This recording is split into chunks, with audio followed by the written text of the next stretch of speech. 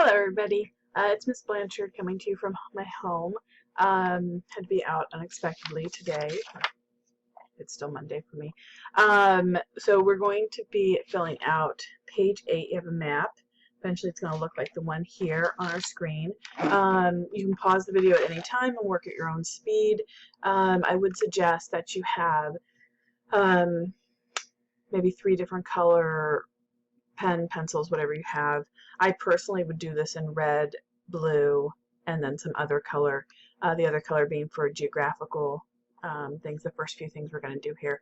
The other colors being red for communism, so mainly North Korea, China, and Russia, and the blue being for the United States. Okay, so you can pause this while you get that ready. And then the first thing we're going to look at is just go over the key concepts here. We have 2, which are, I believe, on page 7 of your packet. The first one here, concerned by expansionist communist ideology, and that's something we learned from George Kennan, that communism is inherently expansionist. But we've also saw that in 1949 when China was lost to communism. So by concerned with expansionist communist ideology and Soviet repression, the United States sought to contain communism through a variety of measures, including major military engagements in Vietnam. Okay, so this is going to be the first test, a real test of the containment policy, and especially like military test. So one thing you're going to be looking at in your LEQs this week is the extent to which containment was successful, and we had to look at both Europe and now you're going to look at Asia. Let's look at our other key concept. The Cold War fluctuated between periods of direct and indirect military confrontations and periods of mutual coexistence, or détente. Détente is a French word meaning like a thawing or a melting. So this is a Cold War, and it's supposed to be that melting of Cold War tensions. And so the Korean War would be an example of direct confrontation. Korean War, Vietnam War, and I would say the Russian invasion of Afghanistan in 1979 would all be examples of direct confrontation, and then we'll talk about some periods of indirect confrontation over the next few weeks. Okay, so you have a blank map here. This is going to be geographical here at first, so you probably want to have out a pen or pencil. I'm sorry, a pencil or like black ink, something neutral. Okay, so the first thing you're going to draw in is the 38th parallel. It is not on your map. So just find where it says 38th, and there's a blank, and that blank, right, parallel, and just draw a straight line right through the middle of the Korean peninsula. So Korea had been imperialized by the Japanese in the 19-teens. As Japan had run out of natural resources, especially lumber, they invaded the Korean peninsula and pretty much deforested the entire peninsula. So when the United States had liberated Korea at the end of World War II, like we do with a lot of the former Japanese possessions in the Pacific, there are 2 movements, a strong communist leaning at the time, though it was only socialist leaning, government in the north. And so the United Nations decided to set up a parallel there at the 38th parallel in either 47 or 1948. With the agreement that there would be a free election held in 1950. So they're kind of in like a holding zone there for a few years. Okay, so then we'll move on to the next one. Oh, sorry. I keep on forgetting. I have to hit the button there. This is a temporary partition between the 2 halves of the Korean Peninsula. Elections were to be held to unify the country in 1950. Okay. There we go. Next one up, you can label North Korea. So north of that 38th parallel in the Korean Peninsula, there are 3 lines. You want to do it in the top 2 lines that are there kind of together. Just label North Korea. You could do this in red. And this region was controlled by Kim Il-sung, who the picture there is in black and white. And it's leaning towards communism. Originally, it's really more socialist. It really just wants to be whatever Japan was not, and Japan had been a fascist government, so fascism far right, to a lot of countries like North Korea. Anything on the opposite end of the spectrum looks more appealing than that far-right philosophy of fascism. So they are interested in socialism, potentially even communism. I also put up a picture here of Kim Jong-un, the current leader of North Korea, and the grandson. He does actually model himself after his grandfather. He doesn't actually look all that much like his actual father, but he does cultivate that look to look more like his grandfather, who was known for his military prowess. Okay, let's move on here. There we go. There we go. Sorry, I had a little computer glitch. Okay, here. Come on. There we go. Still glitching. Okay, now, and I would probably do this in blue, like I have here on the map. You're going to label South Korea. So underneath that parallel, the 38th parallel, you have 4 lines. You're going to leave the top 2 blank, and the 2 on the bottom, the 3rd and 4th line, you're going to label South Korea there. So leave the top 2 blank. South Korea is led by this man, Syngman Rhee. He was United States educated. He had gone, I think, went to GW for undergrad. He has a master's from Harvard, and actually had his PhD from Princeton, right here in New Jersey, which is an interesting parallel to eventually the American-backed leader of South Vietnam, who was a Catholic and attended seminary here in New Jersey in Englewood. He promotes democracy. He does not support the communist and even socialist regime of the North. So he had been leader on and off throughout Korea, but he will eventually become the first president of the Republic of Korea. But he is American-backed there in South Korea. And it's a similar like nationalist government to like the Chinese and Chiang Kai-shek. Chiang Kai-shek's government, very corrupt. I would say Syngman Rhee's government, corrupt but less corrupt than Chiang Kai-shek. And not as corrupt as the American-supported leader in South Vietnam. So very interesting. Okay. Let's move on. Okay, over here, there's 2 lines. They're under the box, like you have a box for number 4. We're not filling any boxes in yet. Under the box of number 4, right underneath that, there's 2 lines. You're going to label that the Sea of Japan. There's 2 little lines there, kind of like down and to the left of where you wrote North Korea. You're going to label that the Korean Bay. Sorry, it came up as Korea Bay. The Korea Bay. You'll notice in the next screen it got messed up. These are bodies of water. You can label them in black or pencil or whatever. They're not political entities. And while we're labeling bodies of water, we can also label the Yellow Sea down here, which only has 1 line on your map, but that's the Yellow Sea. What was I going to say? Oh yeah, so in a second here, actually, might as well just zoom ahead. Nope. In a second here, we're going to label Japan, which if that thing would go away, Japan's actually down on the bottom of the map there on the lower right-hand side of your map. So the U.S. Army had a mandate in Japan at the end of World War II, after they unconditionally surrendered to the United States. Douglas MacArthur was living in Japan, actually in the imperial palaces, with his wife and son, and was rebuilding Japan and trying to westernize it and democratize it. So the U.S. Navy has a strong presence in completely surrounding Korea, because the U.S. Navy at this point is based out of Japan. So you can see the proximity there. I know from Tokyo to Seoul is like I think it's about a 2-hour flight, so it's not far at all. Okay, so there at the top of your map, you're going to label the Yalu River. You have a single line kind of over here on your map and a single line over here. Just label that the Yalu River. It's the natural border between what is considered China and what's considered the Korean Peninsula. That's the Yalu River. Yeah, natural border. Okay. I'll try to remember to put these up. Okay, so then you have a single line up here, and I told you the Yalu River is the natural border between the Korean Peninsula and China, so you can go ahead and label China up here. You might want to do it in red, but yeah, you can label that. Okay, so here we get into a little bit of a timeline, right? So the Communist Revolution, Mao's revolution in China that you just watched the video on, was in 1949.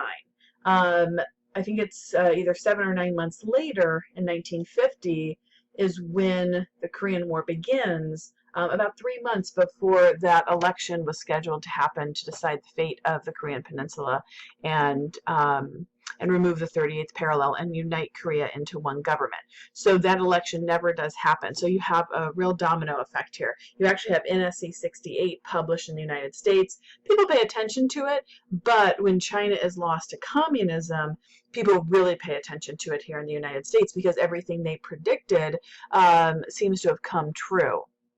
So NSC 68 calls for the massive buildup of our military, our economy, everything to fight a absolute total war like we've never imagined before. Okay, let's see. This is going to be, I'm going to load a couple of these here. No, there we go. I'm going to label this. Okay, so on your map, for some reason, this blue line didn't show up. So you have kind of two lines here. So the top line should be the Ussuri River, and the bottom line should be Russia. Russia and North Korea do share a border. I pointed that out the other day in class. And then you can kind of just draw a little squiggly line in there. Doesn't really matter. You know, we're not cartographers here. So the Ussuri River and Russia. So China is going to be largely backing the North Koreans. Russia kind of doesn't want to get involved, but backs the North Koreans in that they are a fellow communist country. But they do share the border here. Okay, one of the last things to label here, we have Japan. I had mentioned that the U.S. military still occupied Japan and was readily available. We do have a large section of our Navy. I believe we do have some Army there. I don't know if we had any, we must have had some Marines there. Yeah, they're in Japan, stationed in Japan. Okay, so if you want to switch to your red pen, you are going to label Pyongyang. Pyongyang is the capital of North Korea, so you had North Korea labeled on those two lines. The single line you have left, you can draw like a little star or asterisk to indicate the capital there, and just write in Pyongyang. Pyongyang. Not to be confused with Pyongyang, which is the city that the Olympics were held in South Korea a few years ago. This is Pyongyang. Pyongyang. Next up, we're going to label, and you would do this in blue, the capital of South Korea. So again, you have those four lines. You're going to label on the top one, and if you want to draw like a little star, you'd put at the front of the line, and that would be Seoul.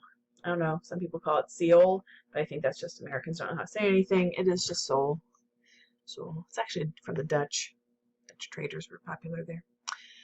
And that's the capital of Democratic South Korea, and it's the capital of South Korea today. Okay, so my picture came up first. Okay, so we said 1949, you have NATO is established.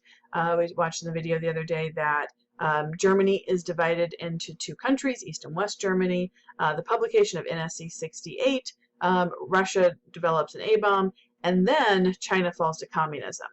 So emboldened by that loss of China to communism, that North Korea now has a communist country to the north of it, in 1950, the North Koreans cross here the 38th parallel, and you see a sign here, the 38th parallel. They cross through a military invasion of the South. And the first thing you're going to label, and I would do this in red, is where you see those number ones, you're going to draw three big arrows and just kind of draw like a little arch here.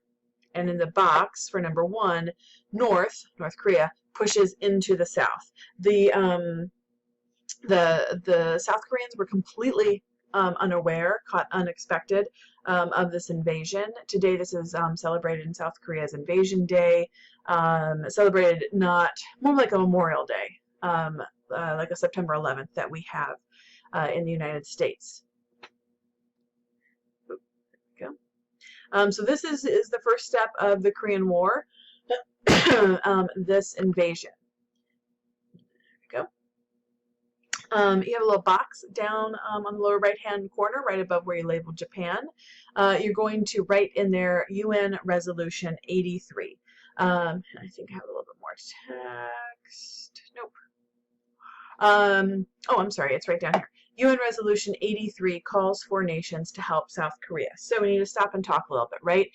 Historical contextualization that the loss of China in the United States kicked off really the worsening of the Red Scare. The Red Scare had already been happening with things like the loyalty review boards going on since like 47 and 48.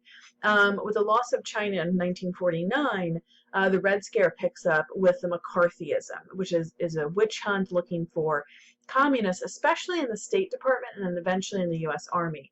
And the fear of McCarthy, not so founded. The man was unhinged and an alcoholic, but his fear is that if China could be lost to communism, maybe the United States could too. Maybe we had subversive agents working to make that happen in the United States.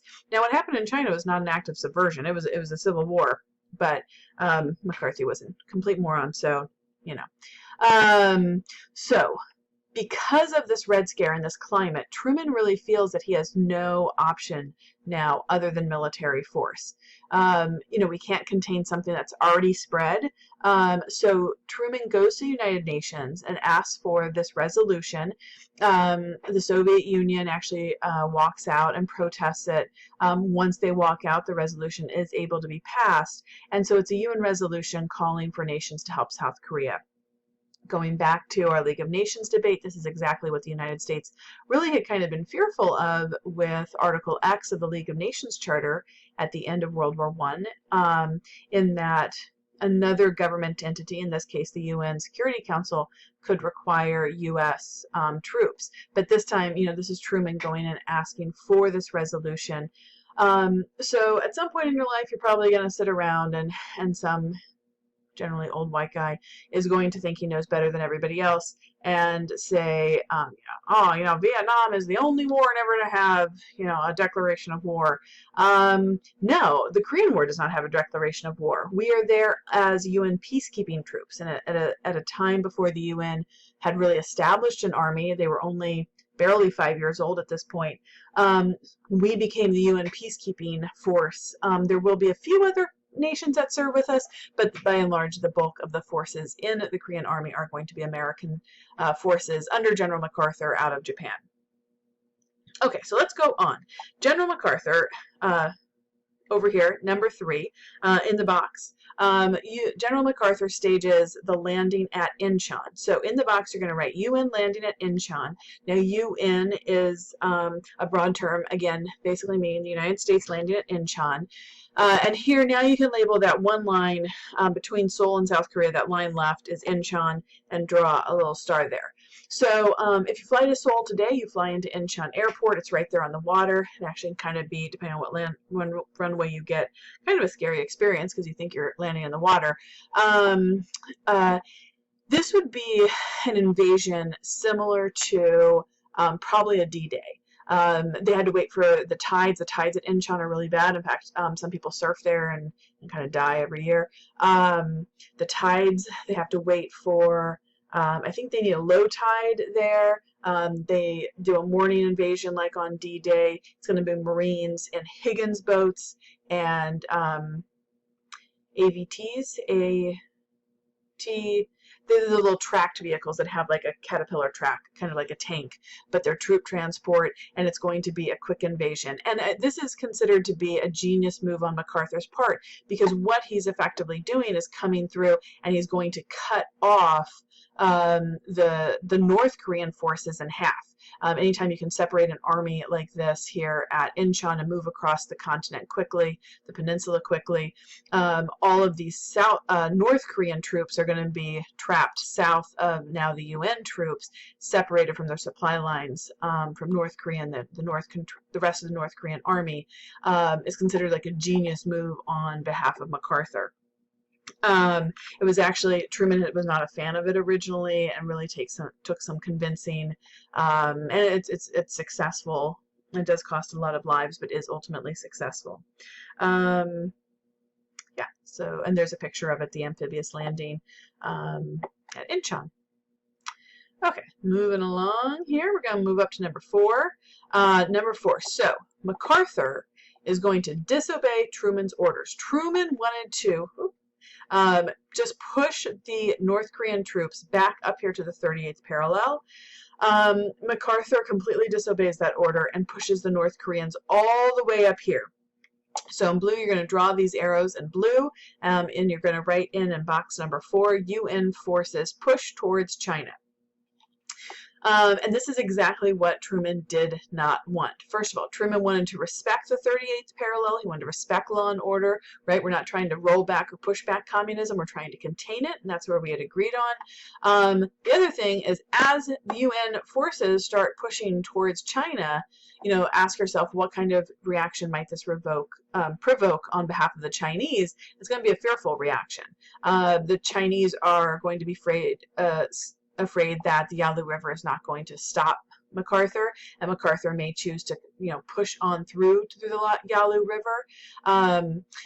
Some North Korean troops are actually pushed across the river and therefore invading Chinese territorial sovereignty. Now, they are allied nations, but doesn't mean that China wants military troops of North Korea in their country. So this is going to provoke the Chinese, which is exactly what Truman was trying to avoid. So as a result, stop there for a second, Truman ends up firing MacArthur. I mean, it's big. Truman ends up appointing Matthew Ridgway. Ridgway will see out the rest of the Korean War. He relieves, the New York Times here says, relieves MacArthur of all of his posts. So he's not just removed from the Korean War, he's also removed from his post in Japan. At first, Americans react horribly to this. Truman was already not the most popular president. He barely was reelected in 1948. Southerners, especially Southern Democrats, did not like him for integrating the army. Oh, which I should mention, the Korean War will be technically the first integrated war for the United States with integrated units. You have to really wait till Vietnam until you see it functionally happening more, but technically it's supposed to be an integrated fighting forces. MacArthur comes home to like ticker tape parades in the United States. However, over the next few weeks and months, as what happens, he ends up, public opinion kind of turns on MacArthur. MacArthur comes out as a detractor of Truman. He threatens to even run against Truman in the next election, 1952. It never gets that far. And strangely enough, it's going to be Eisenhower who runs against Truman in the 1952 election, where MacArthur had been the head of the American forces in the Pacific during World War II and is considered a World War II hero, who's now been fired. Eisenhower had been not just the head of U.S. forces in Europe, but the head of all Allied forces, of the U.S. forces, British forces. He is the supreme commander in Europe. He's the architect of D-Day. So instead of getting the Pacific general, you get the European and all Allied forces, ultimately the highest ranking person in the military that runs runs against, well, Truman decides not to run for re-election in 52, but he does, Eisenhower does win for the Republicans. Okay, so because MacArthur has pushed American forces too thin by pushing them all the way back up to the Yalu River, number 5 in red, you're going to draw arrows coming down and fill in box 5 over here. The Chinese and North Korean forces push south, right? We have provoked the Chinese, so now it's not just the United States against North Korean forces, which are very well trained, very well equipped, and very good fighters. Now we're fighting against those North Korean and Chinese troops. And that's, you know, again, what Truman wanted to avoid. So you're going to draw that in, and then while you're drawing that, you can extend the line, because number 6 is, with that combined force, the North Korean and Chinese troops do continue to push us back down to the south. Kind of just generally stopped here around the 38th parallel, but in 1952 and 1953, the line of battle will kind of bounce back and forth here, north and south of the 38th parallel. It's constantly moving battles. It's a pretty brutal war, North Korea has, or well, the Korean Peninsula has pretty brutal winters and brutal summers. It is really hard for American troops. So here we go. As I mentioned earlier, Eisenhower wins the election in 1952. He's inaugurated in 1953. The United States had tested its first H-bomb. The Russians are going to get an H-bomb in 1953, but not until after this. So Eisenhower's campaign in 52 will be K1C2. And it looks like a chemistry equation. It's like potassium bicarbonate or something. So capital K, subscript 1, capital C, subscript 2. And that, is kind of a symbol of this new nuclear chemical age we're living in. But it stands for Korea first, communism, and corruption second. So Eisenhower makes his campaign promise that he will end this Korean War and then tackle communism and corruption here in the United States. So once elected, Eisenhower comes to Korea. He actually comes to the Korean Peninsula himself, and he uses something called brinkmanship, where he basically says to North Korea and China, I will use our newly developed hydrogen bomb against you if you don't agree to a ceasefire. And that's all we ever get. There's no surrender. There's no treaty. All we get is a ceasefire. And the demilitarized zone is a 40-mile strip, 40-mile wide, goes the entire length of the peninsula, where there's no militarization allowed.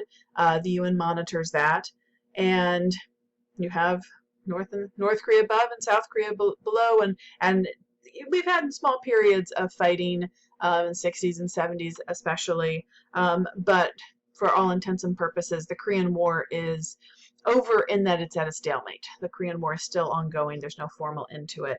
But this is the demilitarized zone, this demarcation zone that Eisenhower gets by pushing the North Koreans and the Chinese to the brink of nuclear war, not actually using nuclear weapons.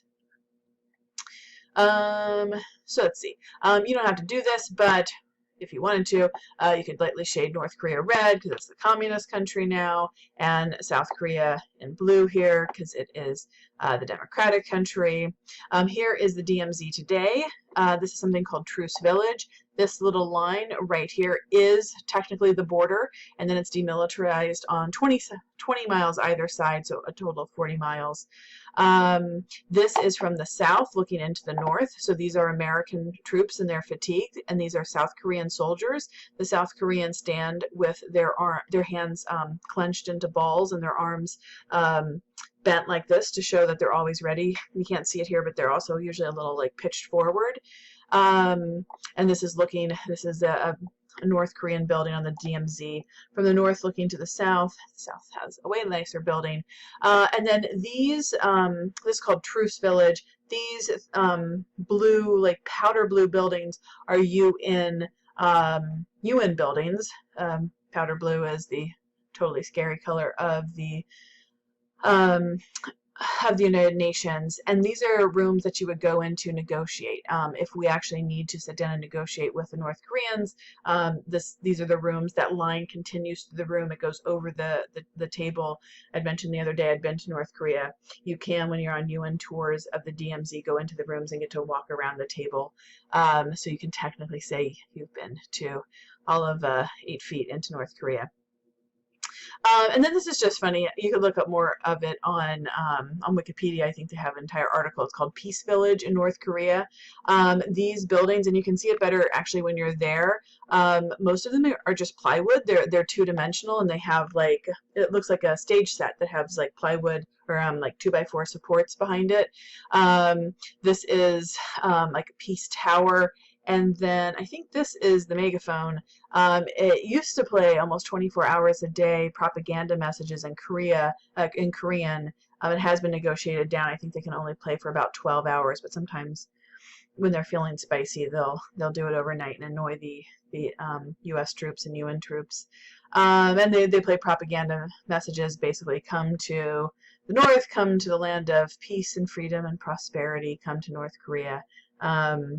Very few people that I've ever heard of have ever taken them up on that opportunity.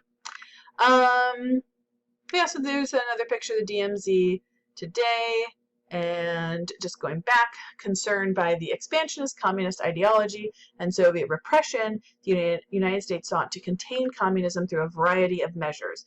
So you should have these annotated, things like the Marshall Plan, the Truman Doctrine, the Berlin Airlift, NATO, and now the major military engagement in Korea. Later in the class, we'll be adding Vietnam to that list as well. And then the Cold War fluctuated between periods of direct and indirect military confrontation and periods of mutual coexistence. So Russia had actually told both China and North Korea they did not want to get involved. They will back up their fellow communist countries, but they did not want to get involved in the Korean War. And so what ends up happening after Eisenhower gets his ceasefire is that we enter this period of detente for about the next 5 or 6 years until about 1957 with Russia, where we try to mutually coexist. The United States turns a blind eye to what happens in Hungary, especially. And we actually have conferences in Geneva and Paris with the Russians. All that's going to come crumbling down with the U-2 incident we will talk about later. And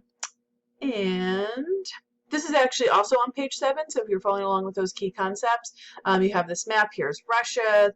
Here, this red is China. So here is Korea, where you have North and South Korea divided. And then, like I mentioned earlier, coming up here is Vietnam. Here in Indochina, where North Vietnam has a similar independence movement, a national communist movement started around a similar time in the 1930s, wanting independence from France, and then we will back in the South here, pretty corrupt government, pretty terrible. Okay, and there's Ho Chi Minh, who leads the communist forces in North Vietnam. There we go. And that is all.